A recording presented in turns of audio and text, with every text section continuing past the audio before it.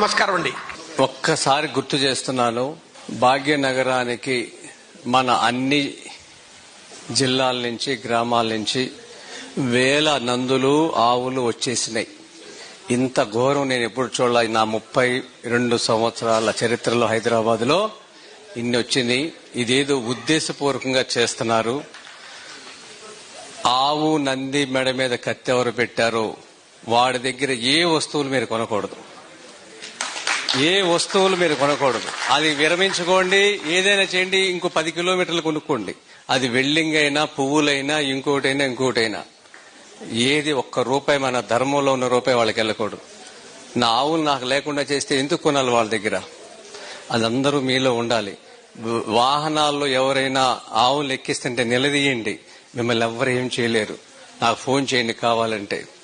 నాకు ప్రతి చోట పెద్ద ఆఫీసులతో పరిచయాలు ఉన్నాయి.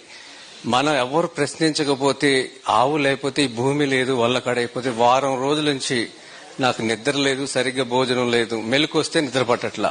ఇన్ని నందుల్ని, అద్భుతమైన నందుల్ని మీకు కొన్ని వీడియోలు చేశారు బ్యాక్ టు రూట్ శ్రీనివాస్ గారు.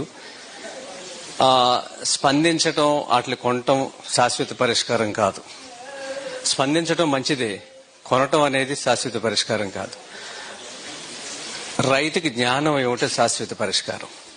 అందుకని జ్ఞానం లేకపోతే అమ్మేశాడు వాడి జ్ఞానం ఒకటాకి మీలో ప్రతి ఒక్కడు ఒక పాలేకర్ అవ్వాలి. మీ గ్రామాలను మీరే చక్కదిద్దుకోవాలి. పైనుంచి ఎవడు దిగడు, మీరే మారాలి. నేను ఎన్నిసార్లు వస్తానో నాకు తెలియదు. మీలాంటి జిల్లాలు చాలా ఉన్నాయి తిరగటానికి.